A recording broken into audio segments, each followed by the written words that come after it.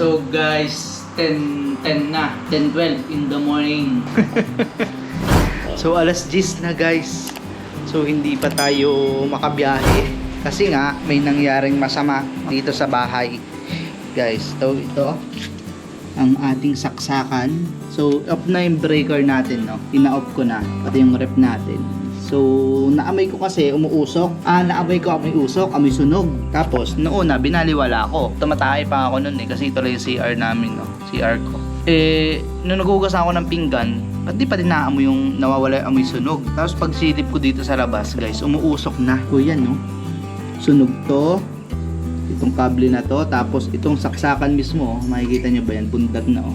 Yun yung nasunog kanina, no? So, itinawag ko to dun sa may-ari ng apartment kasi yung mga ano dito is sagot nila yung maintenance guys is sagot talaga nila. So, nung pagkatawag ko, wala dito pala, namamalengke pa. So, bibi alas 10 daw hanggang alas 11 ang dating. So, ang ginawa ko, inantay ko na lang. So, hindi tayo makabiyahe pa kasi nga, kailangan kong maayos yon kasi yung rep natin ay, kawasak pa oh. Yung rep natin ay may mga laman, no? Yan, no?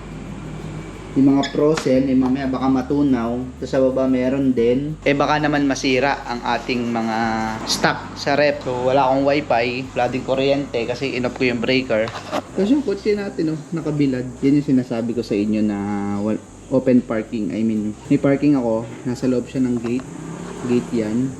Tapos wala siyang bubong. O diba? Mas okay na yan kesa dun sa kabila. Yung kabilang yun, dun lang sila nakapark sa may labas ng apartment. Masaan dyan din yung makikita kasi taklob eh. No? Ito lang guys, di ko lang makakabiyahe pa ako mamaya. So sana, kasi gusto ko bumiyahe ngayon. Or kung tamad din na ako mamaya, bukas na lang tayo bibiyahe. So yan nga. So guys, dumating na yung may-ari ng bahay. No, so ang ginawa niya is tinanggal niya muna yung outlet, no. So yung rep pala namin naka doon, parang nakakonekta din. So yung outlet do sa rep namin is wala din power. Ngayon binuksan na yung breaker, tinanggal na lang muna yung saksakan, tapos meron na lang ang extension kasi yung ibang outlet naman is meron. Sinaksak ko muna yung rep namin kasi yung rep ko lang naman talaga yung mahalaga doon kasi may mga frozen doon, may mga mga pagkain na baka mabulok, guys. So yan, ngayon iniwan ko na lang susi ko dito sa may-ari kasi kukontakin niya yung electrician para gawin yon. Actually kaya ko namang gawin yon pero mas maganda ang gumawa nun ay yung may alam talaga. Sila mga kawasak, ngayon ay 11:24. So bago ako bumaba, bago ako umalis guys, is kumain na muna ako dyan sa apartment, no? Para wala na tayo intindihin kasi oras ay 11:24, maya maya kakain na din naman, kaya kumain na agad ako ng tanghalian. Then may baon naman tayong banana cake guys, oh. Banana bread ba tawag dito. So natikman ko na to dati kasi yung best friend ko nagbe-bake yon. So nakatikman ko yan dati, mas masarap naman. Pero ito feeling ko hindi siya ganun kasarap kasi 10 pesos lang ang isang slice. So tatlo yung binili ko, 30 pesos. Ewan ko mauubos ko yan, siguro hindi. Kasi lahat naman ang binibili kong tinapay everyday, hindi ko naman nauubos. Then, ngayon ay nakakonect nga ako sa wifi nila oh. Yan oh, dyan oh, sa piso wifi guys. Kasi isang oras din ako wala internet, nagulog lang 5 oras, 5 piso para sa 2 oras. So isang oras lang naman is dumating na si Kuya online. Yung doon nga magkano tayo kahapon, no? 1,553. Kaya wala pa tayong booking. Syempre doon muna tayo pupunta sa ating tambayan kasi sayang naman sa gasolina kung dito tayo mag-aantay, di ba? Yung vape ko paubos na naman, no? Nung mahal na araw lang to eh.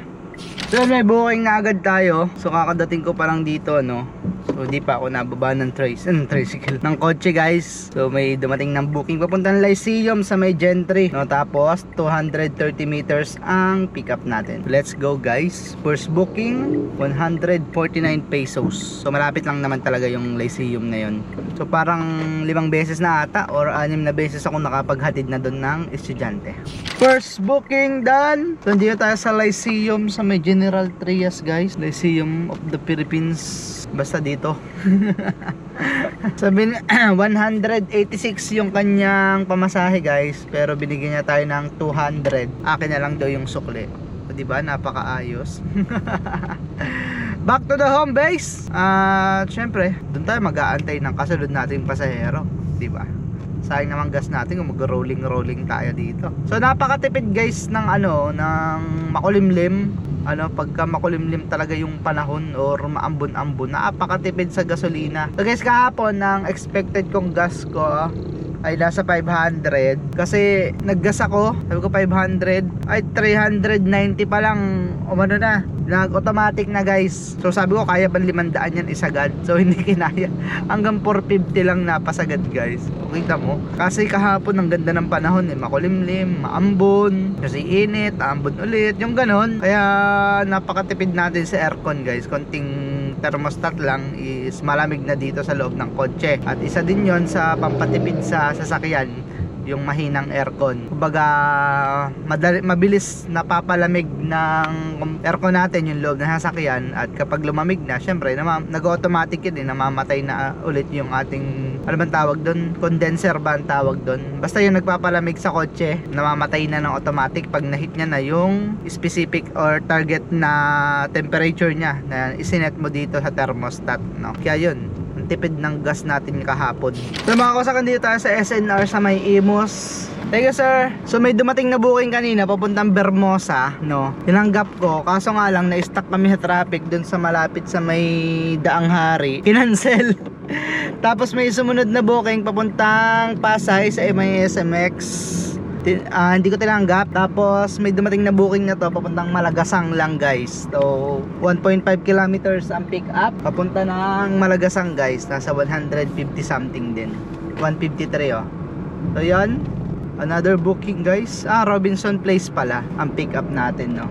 So may Robinson dito sa may Imus guys, Imus Cavite. Alright, sarap tuloy-tuloy ngayon Sana bukas ganun din, no? Kasi bukas ang plano ko ay half day lang. May hahatid tayo bukas ng alas 7 ng umaga. Tapos papunta ng PTEX. Tapos balik tayo ng Bacoor or dito sa Imus. At dito na tayo mag-start ng pagbiyahe. No, kahit mga hanggang alas 2 lang, pwede na yon. Tapos after kasi nun, papakarwash ko to, papavacuum. Kasi kaya lang naman nagpapakarwash guys, para sa vacuum. Wala kasi yung vacuum dito Tapos igagarahe ko na to ng poging-pogi kasi parang 2 to 3 days akong mawawala. Hindi ko to magagamit kasi nga magmumotor tayo, di ba? Na-miss natin magmotor kaya uuwi tayo ng Quezon para magmotor. Although Botohan guys, di ba? Anong petsa na ngayon kung napapanood nyo to? Kaya uuwi ay Botohan ngayong Sunday, tapos Monday ang Botohan. Tapos kinabukasan pa uwi. Depende, kapag boto ko siguro, pag sinipag akong magmaneho, pabalik na ako kinabukasan, or sa pagkaboto ko, pabalik na ako ng Cavite. Pero pag tinamad pa ako, pag napasarap pa ako sa Quezon, kinabukasan na ako babalik ng Cavite, di ba? Kaya lang yun, enjoyin mo lang guys. Huwag lang puro biyahe. Alright, 5 star. Whew. Okay lang tayo. 589 na tatlong booking pa lang. Alright, nasa Bermosa sana tayo ngayon guys. Magka-presyo lang din naman itong dalawang to Itong ating naihatid dito, tapos yung nag-cancel sa papuntang Bermosa. Mas maganda sana yung pesto natin ngayon. Ang gulo ng panahon, no? Iinit, iinit, kukulimlim, iinit, kukulimlim. Tapos ito, mukhang uulan naman ngayon. Haba! Ayaw pa tumuloy kung uulan. Pero wag naman yung katulad nung minsan na akala mo'y bagyo na guys, no? Grabe kasikip po. Ayan na.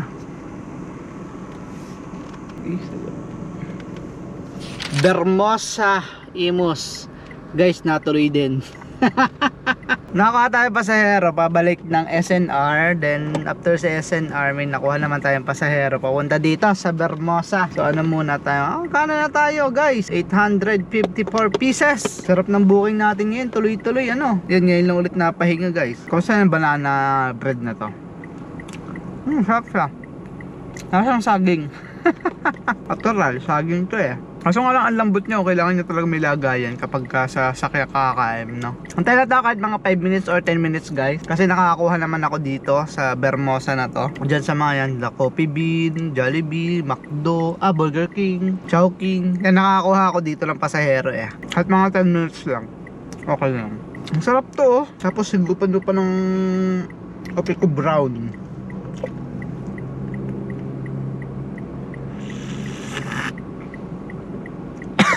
Panalo. Ayos. Sarap guys. Sarap tong banana bread na to. So guys, natuloy yung bermosa.